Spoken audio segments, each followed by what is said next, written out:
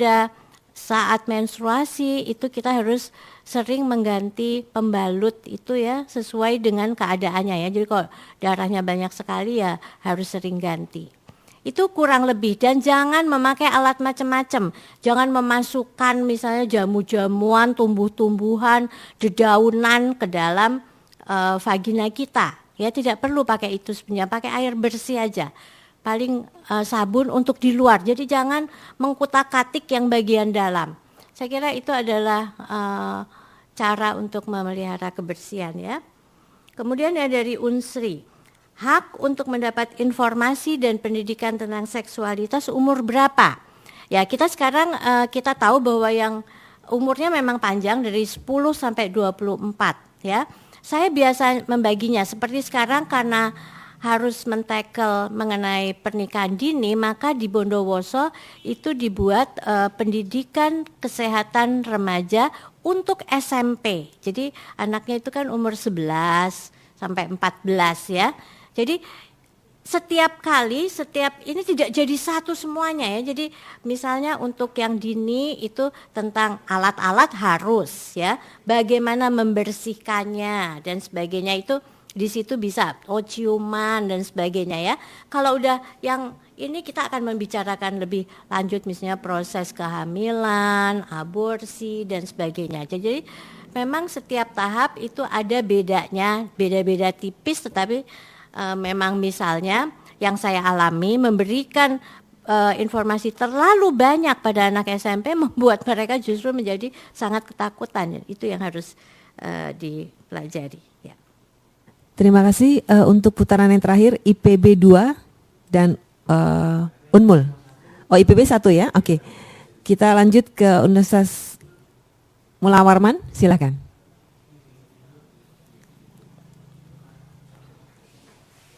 Unmul, mic-nya di mute, silakan dibuka. Tidak ada? Iya, sementara dari Universitas Mula Warman tidak ada pertanyaan. Baik, terima kasih. Dengan demikian kita akhiri sesi yang pertama dan kita berikan aplaus pada Bu Nino. Terima kasih Ibu Nino yang telah memberikan banyak wawasan, dan bagi universitas lain yang belum mendapatkan kesempatan, nanti kita berikan pada sesi kedua. Tetapi jika ingin bertanya untuk sesi ini, silahkan ditulis di skele ya, kita akan menjawab pertanyaan tersebut. Terima kasih dan kita akan break 5 menit.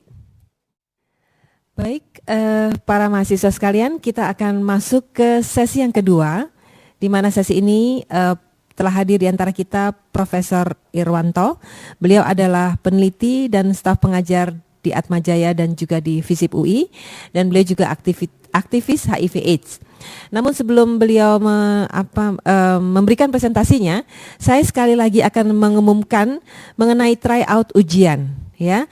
Karena ini agak rumit, saya berharap ada tryout terlebih dahulu sehingga tidak ada satu mahasiswa pun yang gagal karena masalah teknis ya.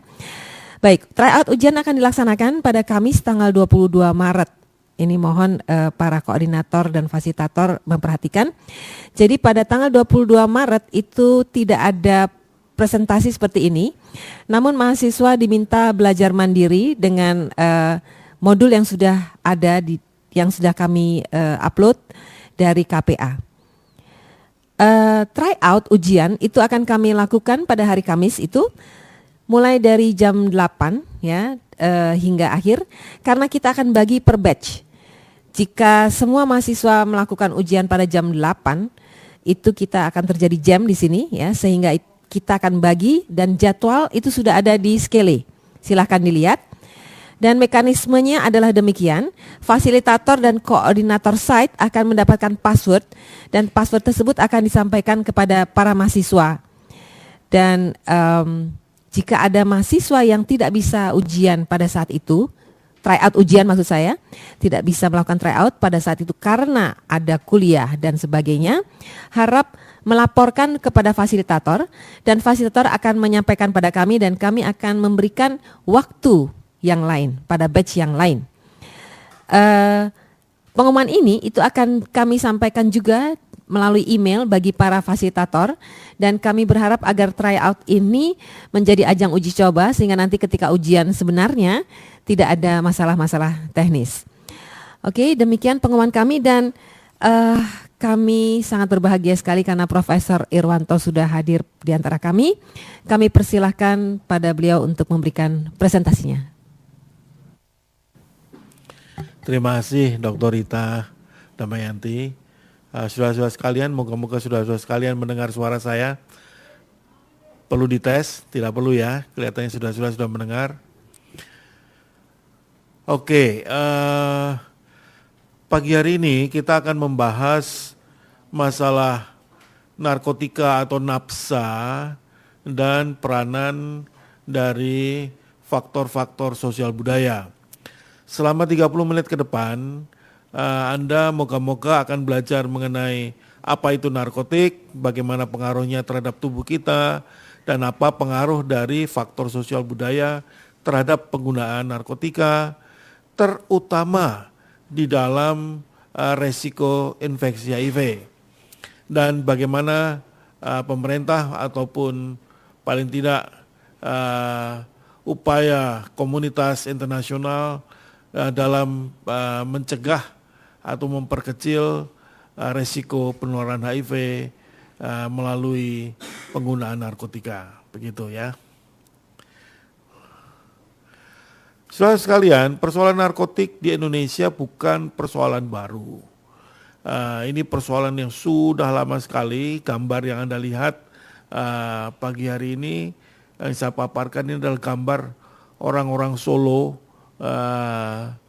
pada 200-300 tahun yang lalu, di mana Solo merupakan terutama Keraton Solo pemegang monopoli dari penjualan narkotik khususnya candu di Jawa dan di Sumatera. Oleh karena itu persoalan adiksi karena opiat lagi-lagi sudah dialami oleh masyarakat kita lebih dari 100 tahun yang lalu. Nah, saudara sekalian, apa yang kita sebut sebagai nafsa atau narkotika, alkohol, psikotropika dan zat-zat adiktif, yaitu, maka narkotika adalah suatu zat yang tadi berasal dari tumbuh-tumbuhan maupun sintetik yang ketika dikonsumsi itu akan mempengaruhi bekerjanya sistem syaraf pusat. Anda tahu sistem syaraf pusat itu ada di otak kita ya, di otak dan di tulang belakang di spinal cord. Karena zat-zat ini mempengaruhi sistem syaraf pusat, otomatis bagaimana kita merasakan dan cara kita berpikir akan terpengaruh. Oleh sebab itulah nafsa sering disebut sebagai zat psikoaktif karena akibatnya. Dan kalau kita mengatakan nafsa atau narkotika, pada umumnya memang mereka tidak mempunyai manfaat medis ya. Walaupun kita tahu ganja, alkohol dan sebagainya mungkin mempunyai manfaat medis, tetapi zat-zat lainnya hampir dikatakan tidak mempunyai manfaat medis, tetapi digunakan karena tujuan-tujuan yang lain, khususnya tujuan-tujuan untuk mendukung gaya hidup tertentu. Di Amerika misalnya, zat-zat yang akan kami sebutkan nanti sering disebut sebagai lifestyle drugs, karena zat-zat itu memang digunakan untuk mendukung satu bentuk gaya hidup tertentu.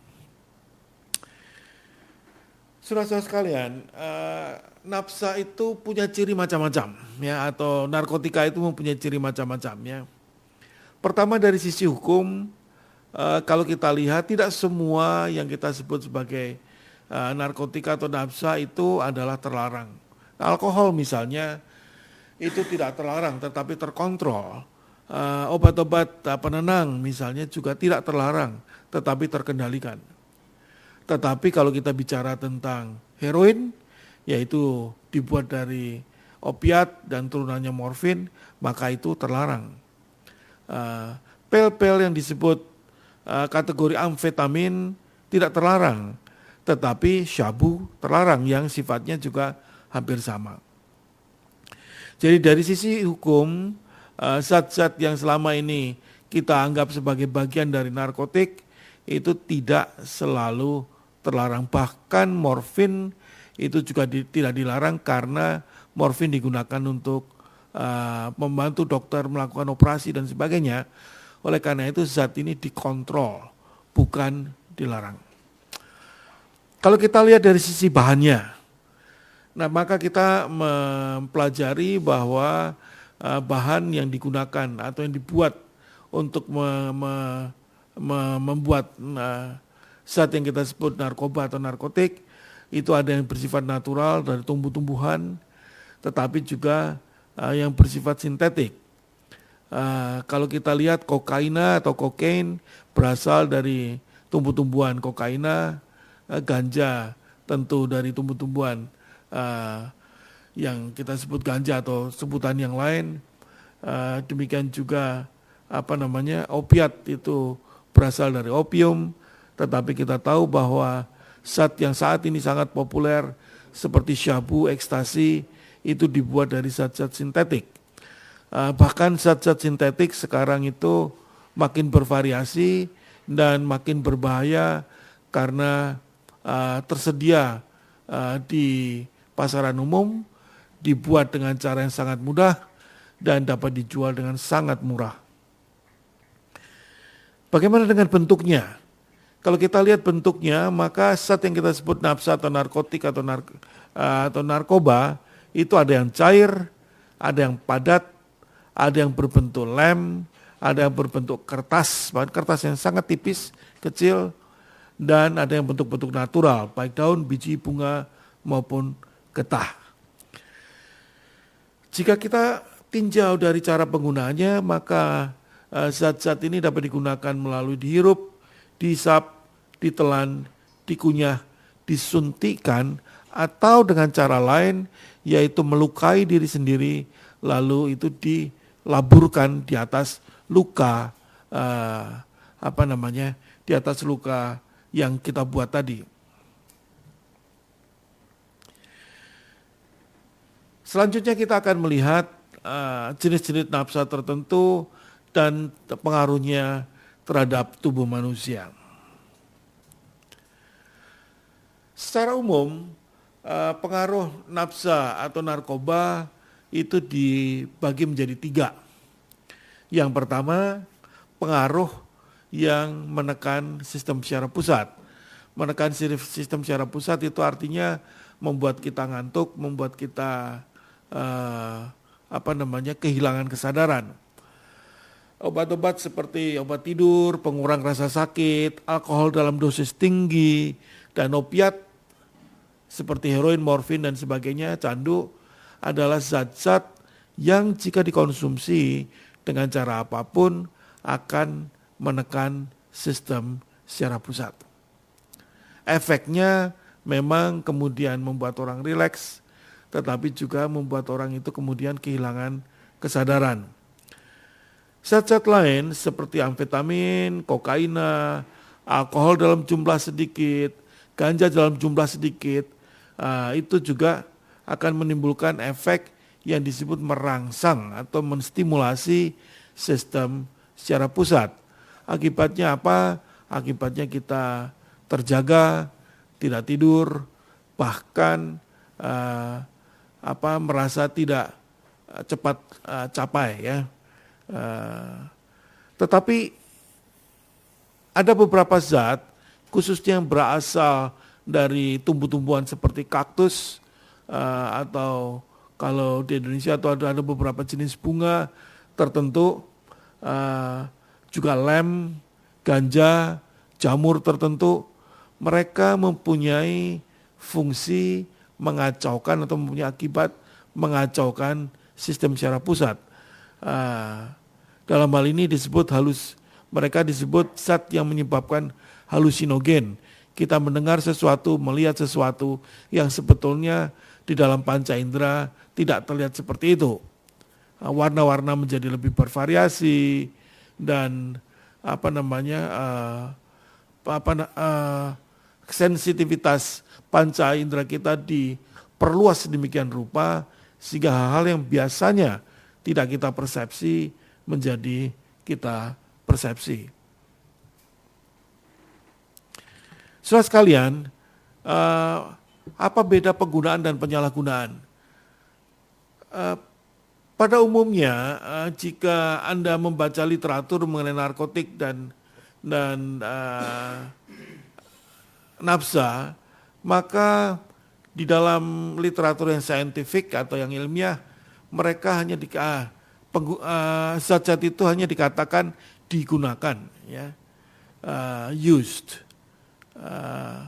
Tetapi karena unsur penjeraan, unsur moralitas, maka orang sering lalu mengatakan bahwa zat-zat ini disalahgunakan. Karena kalau digunakan harusnya digunakan dengan tujuan tertentu, yaitu tujuan pengobatan. Sedangkan zat-zat ini tidak digunakan untuk tujuan pengobatan, tetapi untuk tujuan-tujuan lain. Oleh karena itulah sering disebut sebagai penyalahgunaan atau abuse. Mari kita mulai membahas penggunaan zat ini dari unsur sosial budaya. Saudara-saudara sekalian, di hampir budaya seluruh dunia, budaya manusia seluruh dunia, zat yang mempengaruhi sistem secara pusat merupakan bagian yang sangat penting, baik untuk berhubungan dengan roh-roh yang dipercaya ada di sekitar kita, untuk pengobatan, untuk meditasi, atau untuk tujuan-tujuan yang lain di dalam kultur budaya mereka masing-masing. Selama ada unsur budaya yang mengatur penggunaan zat, maka penggunaan zat itu terkontrol dengan cara tertentu, hari-hari tertentu, saat-saat tertentu, dan dengan jumlah tertentu. Budaya memberikan aturan seperti itu. Seperti misalnya kalau Anda ke Bali, maka di Bali konsumsi alkohol jauh lebih tinggi dibandingkan budaya lain, tetapi di Bali juga Anda mendapatkan sanksi kalau Anda menggunakan alkohol sembarangan sehingga terjadi fenomena mabuk di tempat umum misalnya seperti itu. Karena budaya memberikan kontrol terhadap penggunaan zat, hampir di semua budaya yang menggunakan zat yang mempengaruhi sistem secara pusat tidak terjadi masalah sosial. Nanti kita ulang di situ. Nah, mengapa kita kemudian mengalami persoalan yang kita alami saat ini? Penggunaan zat yang seperti Coca-Cola, ya iklannya Coca-Cola, digunakan oleh siapa saja, di mana saja, kapan saja, tujuannya tidak jelas, maka kontrol budaya menjadi lepas. Jika kontrol budaya tidak ada dalam penggunaan zat, maka terjadilah masalah adiksi dan masalah-masalah lain. Budaya penggunaan alkohol di Yahudi dan Bali, ada penggunaan kanabis atau ganja di Aceh, dan di penggunaan kokain dan kanabis di berbagai suku asli di Amerika Serikat tidak pernah diasosiasikan dengan persoalan sosial dan kriminal. Tetapi kita sekarang ini di dunia modern, kita mempunyai persoalan-persoalan sosial dan kriminal karena faktor sosial budaya justru digantikan dengan faktor-faktor yang lain. Kita juga mempelajari bahwa pasien-pasien dengan penyakit kronis dengan rasa sakit yang tinggi, yang diadministrasi dengan morfin misalnya, itu dengan mudah pada waktu mereka tidak lagi mengalami rasa sakit, ketergantungan dengan morfin dengan mudah kita atasi. Tetapi hal yang sama tidak terjadi pada pemakai heroin karena prinsip Coca-Cola tadi.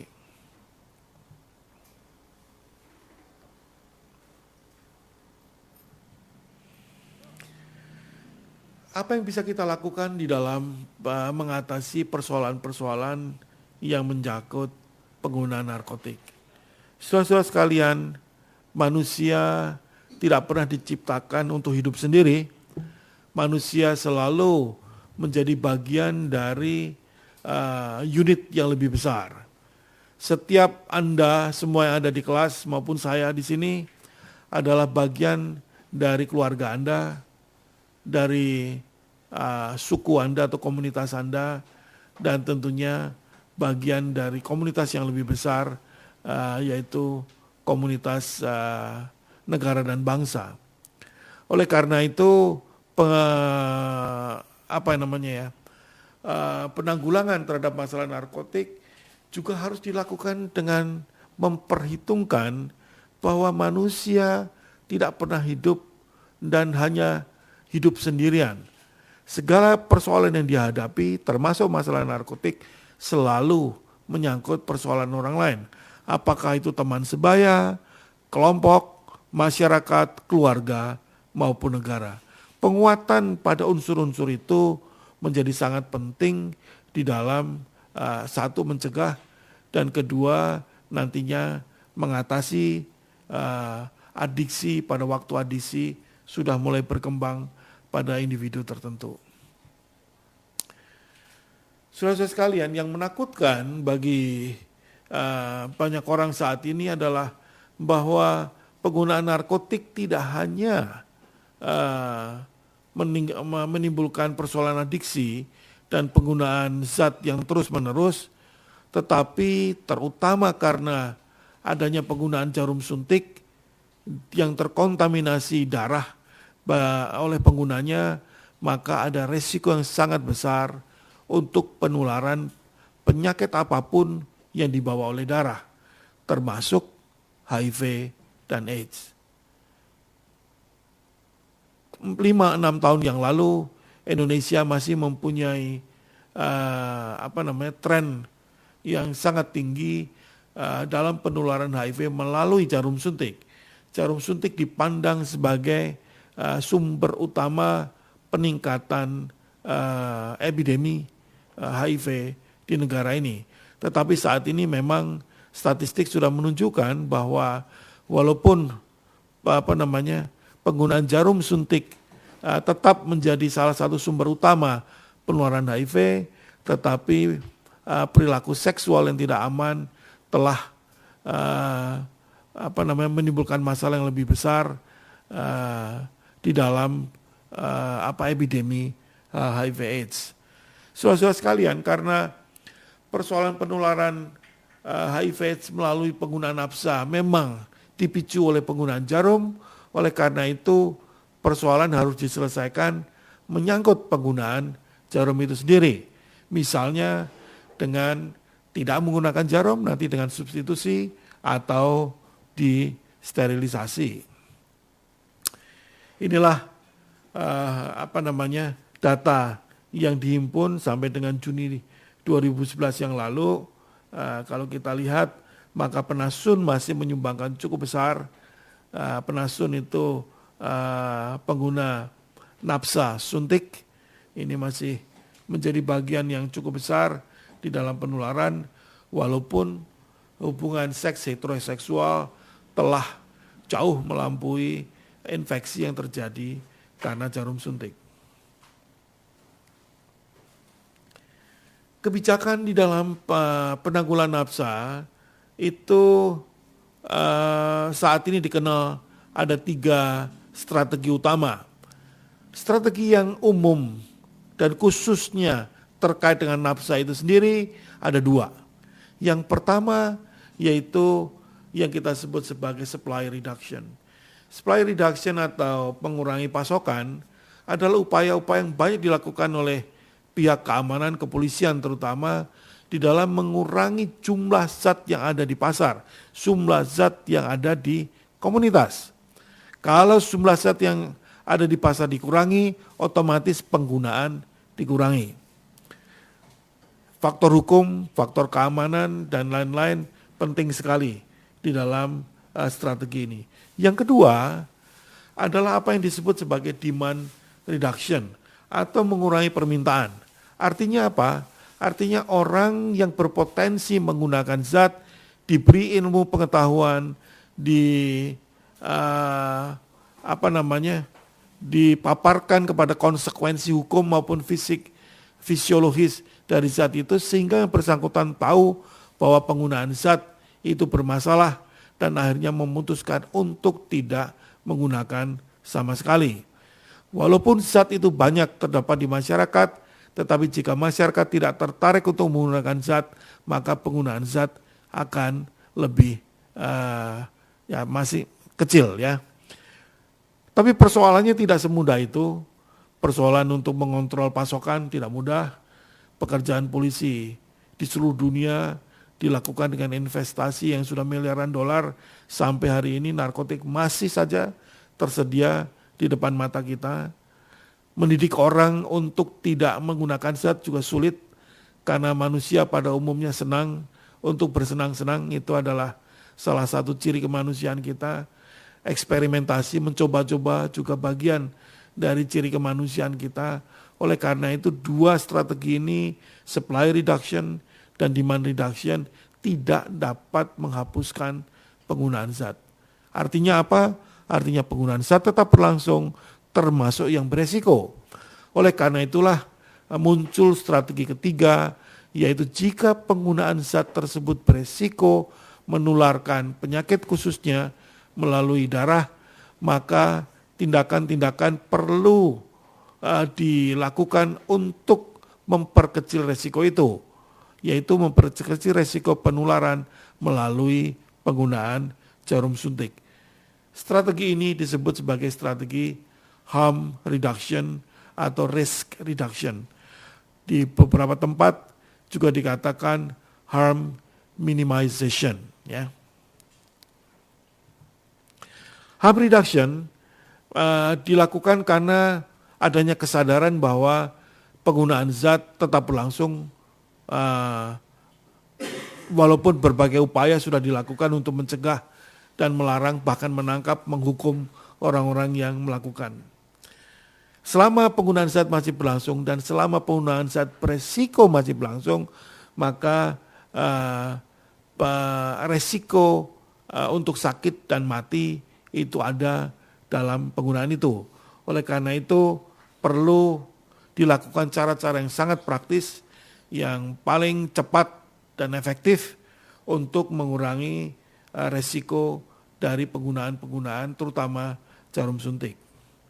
Ini adalah gambar-gambar bagaimana penyuntikan itu dilakukan, dan pada gambar yang paling bawah Anda kalau jelas terlihat di kelas, terlihat bahwa zat atau di dalam alat suntik itu sudah terkumpul darah, karena pada awalnya memang pada waktu zat disuntikan itu tidak disuntikan habis, tetapi akan dilakukan suntik dan tarik sedemikian rupa sehingga darah dan heroin bercampur dengan darah. Sebelum itu semua dimasukkan ke dalam vena, tetapi tetap terdapat jumlah darah yang cukup besar di dalam alat suntik, sehingga kalau tidak disterilisasi dan digunakan orang lain, maka darah itu akan menjadi potensi berbahaya di dalam penularan penyakit.